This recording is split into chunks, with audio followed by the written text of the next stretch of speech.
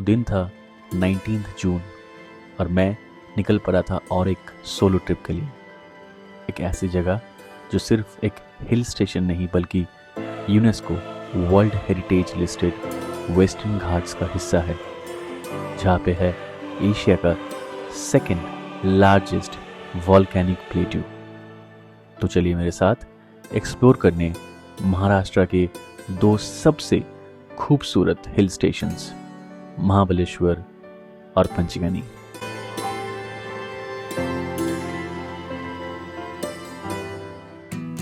जैसे हर ट्रिप में होता है, इस बार भी मैं लेट हो गया था। टाइम कम था, ट्रैफिक ज़्यादा था, सर के ऊपर काले बादल मंडरा रहे थे और ट्रेन में सोने का रिस्क रियल था। इसलिए ऑटो और कैब स्किप करके मैंने बाइक ली, क्योंकि उस वक्त मेरे लिए सबसे फास्टेस्ट ऑप्शन वही था। हैदराबाद पुणे शताब्दी एक्सप्रेस पकड़नी थी और मैं स्टेशन पहुंचा सिर्फ 7 मिनट पहले। सच बोलूं तो डर ट्रेन मिस होने का कम था, पर इस ट्रिप के कैंसिल होने का ज़्यादा, क्योंकि कभी कभी सोलो ट्रिप्स सिर्फ ट्रैवल नहीं होते, दे बिकम एन एस्केप। ये वाला मुंबई जा रहा है एक्चुअली। ये वाला है मेरा ट्रेन शताब्दी। अभी थोड़ा चलना पड़ेगा आगे, but thanks to the driver finally मुझे पहुंचा दिए। चलिए ट्रेन टूर की बात करते हो। मेरे जीवन में शायद ये ना एक मौत है कि भाई सुधर जा, टाइम पे निकला कर, टाइम पे आया कर। क्योंकि आज भी जो है मैं लास्ट ऐसे 2-3 ऐसे ट्रिप गया था जहाँ पे ऑलमोस्ट फ्लाइट या ट्रेन मिस करते करते मैं पहुँचा था। आज भी वैसा ही हुआ। I hope this won't be repeated again and I only have to do something on that. Thanks to the driver once again. I have reached on time and I am right now here on train 240 को जो है depart करने वाली है हैदराबाद लेकिन railway station से, और ये पहुंचेगी डेस्टिनेशन करीब रात 11-10 बजे। आगे की बताऊंगा। ट्रेन थोड़ी डिले से शुरू हुई, लेकिन शताब्दी ट्रेन पे मेरा पूरा भरोसा था, क्योंकि ये समय पर पहुंचाती है। 130 किमी पर आवर तेज चलने के साथ साथ आरामदायक भी है, और इस जर्नी का एक बोनस भी मुझे मिला, वो था विंडो सीट। विंडो सीट का एक अलग ही इमोशन होता है। आप सिर्फ ट्रैवल नहीं करते, आप बहुत कुछ ऑब्जर्व भी कर पाते हो। जगह बदलते हैं, लोग बदलते हैं और धीरे धीरे प्राकृतिक दृश्य भी बदलने लगता है। तभी बाबा का कॉल आया और मुझे खाली पेट में मिली बहुत सारा डांट खाने को। एक्सपेक्टेड था। उनका कंसर्न भी जेन्युइन था, क्योंकि सोलो ट्रैवल में अनसर्टेनिटी ज़्यादा होती है।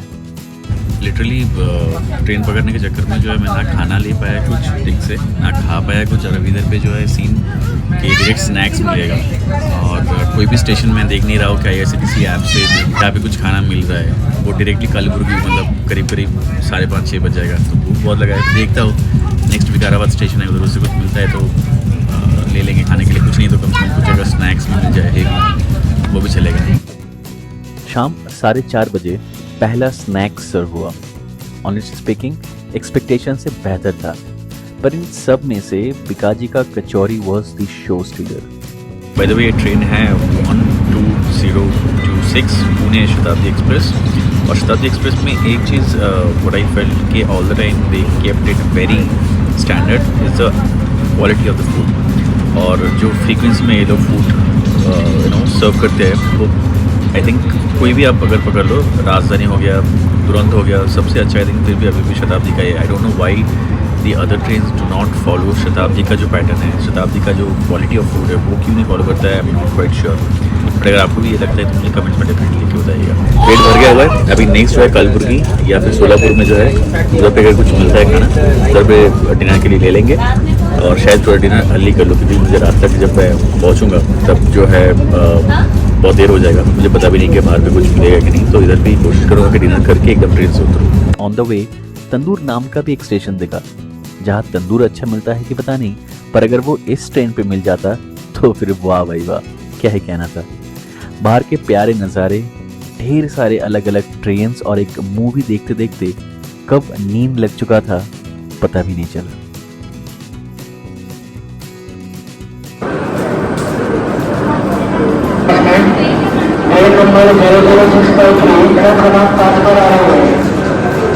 पूरे आई थिंक इंडियन रेलवे को ना एक स्टैंडर्ड शताब्दी को पकड़ के चलना सबसे बेस्ट है, बिकॉज कि इतना अच्छा ट्रेन है, इसका हर एक चीज़ इतना सिस्टमेटिक और टाइमिंग इतना परफेक्ट है, कहीं पे भी डिले ज़्यादा नहीं होता, खाना इतना अच्छा है, मेंटेन इतना अच्छा किया हुआ है, वॉशरूम हो गया पूरा। आई थिंक इसको पैटर्न रख के जो है पूरा इंडियन रेलवे को जो है ना पूरी तरीके से जो है इसको डेवलप करना चाहिए। वंदे भारत है, राजधानी, हमारे पास बहुत सारे ऐसे ट्रेन हैं, बट शताब्दी के जैसा आई डोंट थिंक कोई भी एक ऐसा ट्रेन है। And I would really love to hearing from you all. Comments में मुझे डेफिनेटली बताइएगा कि आपको क्या लगता है शताब्दी से भी कोई अच्छा ट्रेन का इंडियन रेलवे में है, अगर है तो कौन सा ट्रेन है मुझे लिख के बताइए।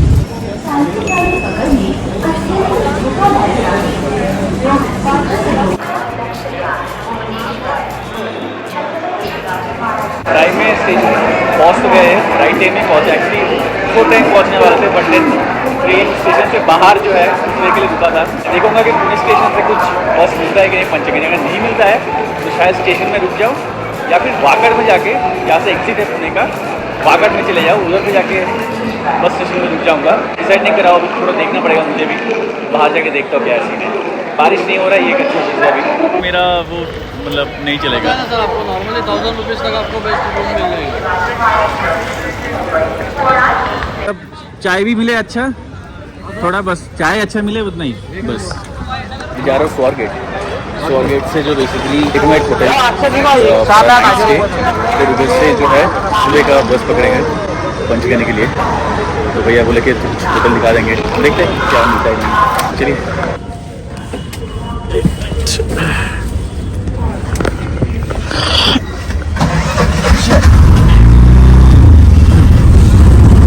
बारिश बहुत टाइम से हो रहा था, अभी 8 दिन हो गया सर बारिश चालू। हाँ मतलब अभी जो रुका है, मतलब कितना टाइम हो रुका है? 10-15 मिनट हुआ है इसमें। मतलब फिर से होने का चांसेस है ना, रात को बारिश डर का ये यहाँ चालू है ना, माहौल बना के रखा है। मौसम रहता है इसका, हाँ वो तो है। कंटिन्यू बारिश चलता रहता है।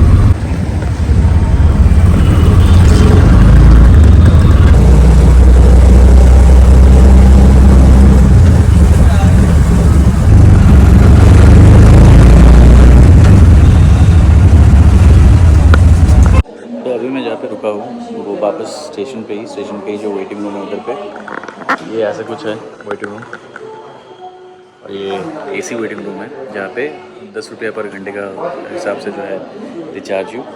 तो मैं गया था बाहर, जो ऑटो वाले मुझे लेके गए, बट जो हुआ एक्चुअली वो ये था कि जो भी सारे होटल में लेके गए थे वो एक भी ढंग का नहीं था, और मेरा बजट भी कम था, तो मुझे उतना हाईफाई तो नहीं चाहिए था, बट कम से कम ढंग का चाहिए था कि रात में सोने के लिए। 1500 और दूसरा एक जगह वो 900, 1 रुपये भी कम नहीं कर रहा था।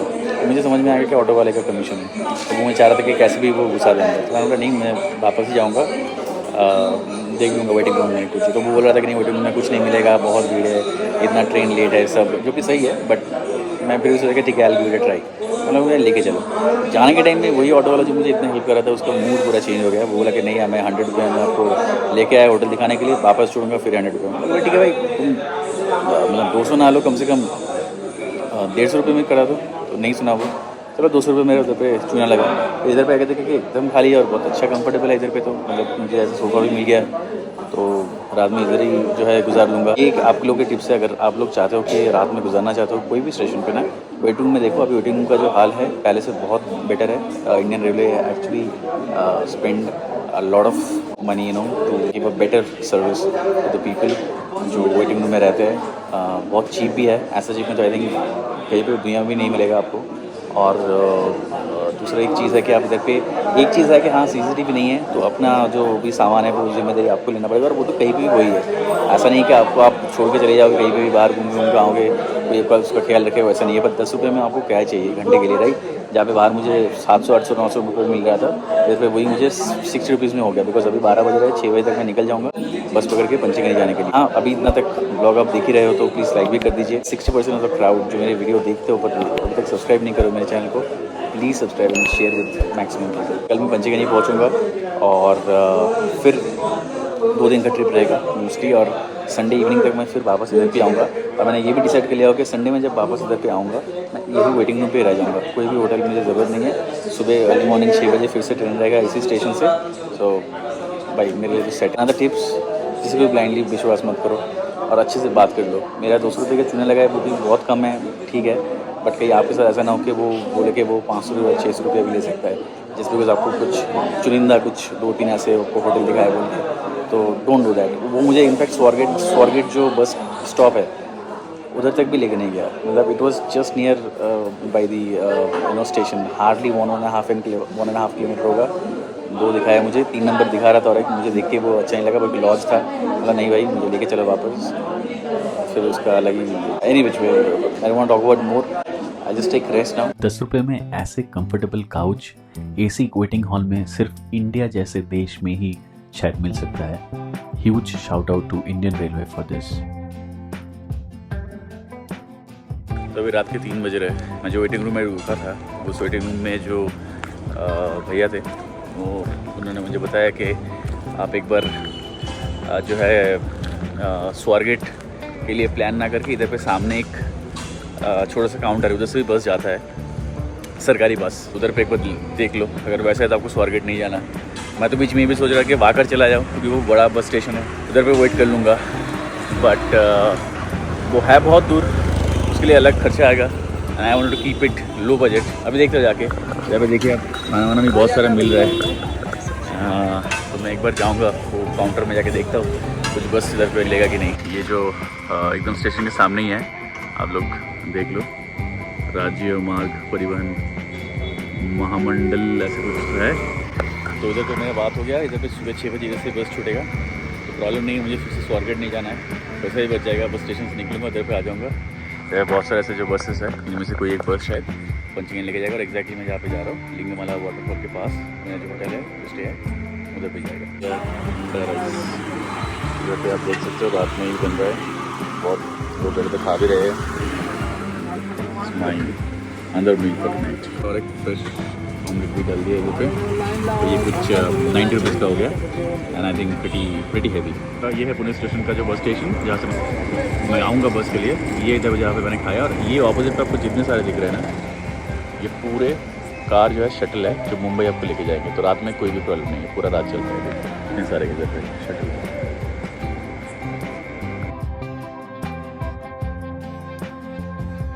रात में करीब 1 घंटे की पावर नैप के बाद मैं चला गया था बस स्टेशन में सुबह 6 बजे का first Maharashtra state road transport corporation की बस पकड़ने, जिसका भाड़ा था 232 रुपया, और मुझे ये पूरा बस खाली मिला था, जिसके लिए फिर से मुझे विंडो सीट भी मिल चुका था। ये पूरा बस जर्नी में मुझे यही महसूस हुआ कि शायद इस बस में एसी और रिक्लाइनर सीट्स नहीं थे, पर विंडो खोल के बाहर की ठंडी हवा खाते हुए, पहाड़ों की खूबसूरती को निखारते हुए, नए लोगों से बात करते हुए, इससे अच्छा ऑप्शन तो शायद मुझे नहीं मिल सकता था।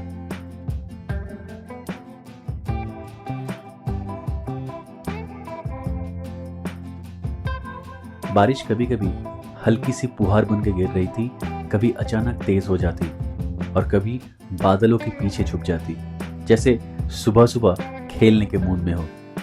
बादलों के साथ लुका छुपी खेलते हुए हम धीरे धीरे पुणे शहर से दूर निकलने लगे। जैसे जैसे शहर पीछे छूट रहा था, वैसे ही हरियाली सामने आ रही थी। कंक्रीट जंगल धीरे धीरे रियल जंगल में बदल रहा था। फिर करीब 1.5 घंटे बाद हमें मिला फर्स्ट स्टॉप ब्रेकफास्ट करने के लिए।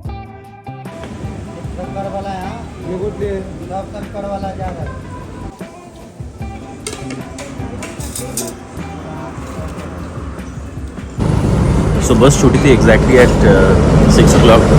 पुणे का जो बस स्टेशन जहाँ मैं बताया था, मैं उधर से बस पकड़ा।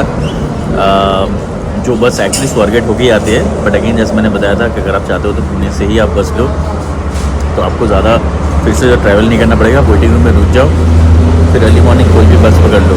मैंने अर्ली मॉर्निंग बस पकड़ा, एकदम शार्प 6 बजे बस छूटा।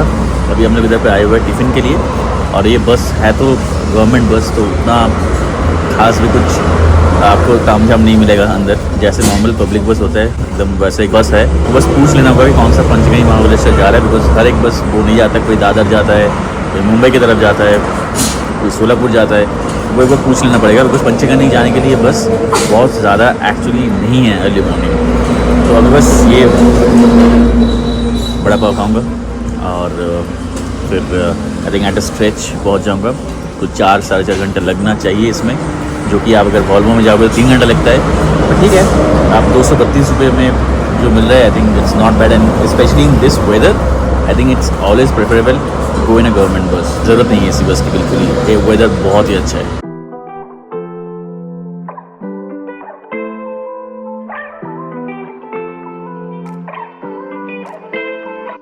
पुणे स्टेशन से लिंगमाला वाटरफॉल जो कि है महाबलेश्वर में, इसकी पूरी सड़क यात्रा लगभग 120 किलोमीटर की है। मॉनसून के समय एक अद्भुत दृश्यों से भरी होती है यह पूरा रास्ता।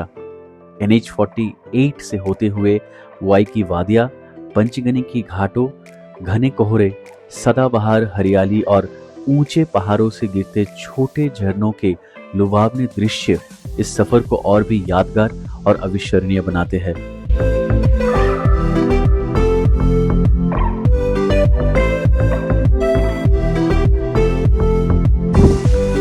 मैं अभी ये आ गया हूँ लिंगमाला वाटरफॉल के पास। ये वाटरफॉल का जो रास्ता यही ऐसे जाता है और मैं जहाँ पे रह रहा हूँ, मेरा स्टे भी इधर से ही है, जाना पड़ेगा। तो अभी चलेंगे इधर से, और ठंड बहुत ज़्यादा है। मैं एक्सपेक्ट नहीं किया था कि इतना ठंड रहेगा, बट इधर पे आते ही जो है वो महसूस हो रहा है कि शायद एक हुडी रहता ना तो अच्छा होता। बट एनीवे, आप देखो इधर पे पूरा कितना फॉगी वेदर है, क्या ही खूबसूरत लग रहा है। एनीवे, अभी बारिश तो मतलब ऑन एंड ऑफ हो रहा है, ठंड बहुत ही ज़्यादा है। और आगे तो मैं देख रहा हूँ कि थोड़ा पानी भी जमा हुआ है इधर पे, देख लो थोड़ा पानी भी है।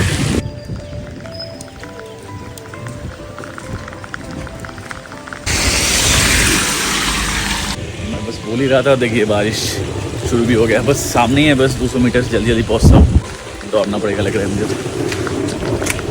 तो ये है कुछ मेरा stay for the next couple of days.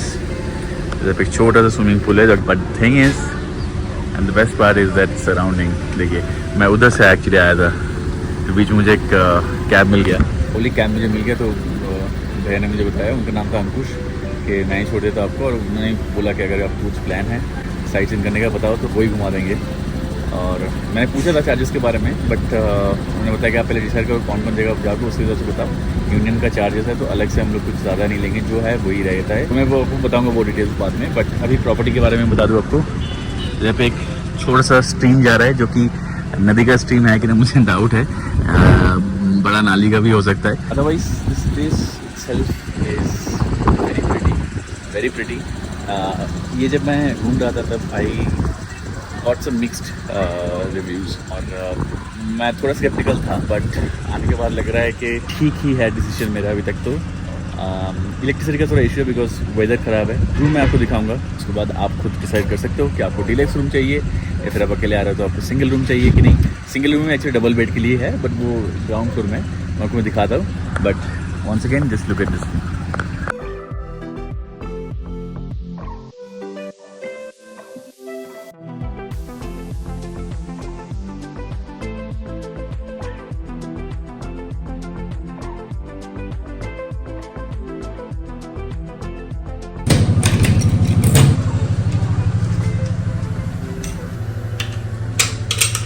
तो ये कुछ है मेरा रूम, और देख सकते हो बस 2 चेयर, एक टेबल, और वो बेसिकली विंडो को इस तरफ वो पूल साइड ही है, और ये डबल बेड है। और इधर पे वॉशरूम भी दिखा देता हूँ। ये एक छोटा सा वॉशरूम है, बहुत ज़्यादा बड़ा तो नहीं है, ठीक ठाक है। और क्लीनलीनेस के हिसाब से भी बताओ तो अच्छा खासा क्लीन है। ऑब्वियसली एसी रूम है, बट एसी तो चलाने का ज़रूरत बिल्कुल ही नहीं है। तो इधर पे इसलिए आपके पास जो है इधर पे ब्लैंकेट है, और अगर आपको एक्स्ट्रा चाहिए तो एक इधर पे भी रखा हुआ है, और एक छोटा सा वार्डरोब है। सो ये कुछ है ऐसा। इस होटल का पूरा डिटेल्स जो है मैं डिस्क्रिप्शन में दे के रखूँगा। अगर आपको ये व्लॉग अब तक जो है अच्छा लगा हो तो प्लीज़ मुझे थोड़ा एंथ्यू देने के लिए, मुझे थोड़ा सपोर्ट करने के लिए मुझे वीडियो लाइक करना पड़ेगा। ये चैनल के बारे में आप और 5 जन को बताइए, शेयर करिए सबके साथ। अगर आप खुद जो है सब्सक्राइब नहीं करो तो प्लीज़ सब्सक्राइब करो, और हो सके तो और 5 जन से भी जो है सब्सक्राइब कराओ। कोई फीडबैक है तो कमेंट में प्लीज़ मुझे लिख के बताओ। I would be more than happy to work on it. Next जो कपल ऑफ व्लॉग्स और भी आएंगे पंचगनी महाबलेश्वर सीरीज़ के, थोड़ा अलग ही होगा. I am sure you will like it. Thank you so much for watching this vlog. This is yours to see you in the next interesting vlog. Until then, bye bye.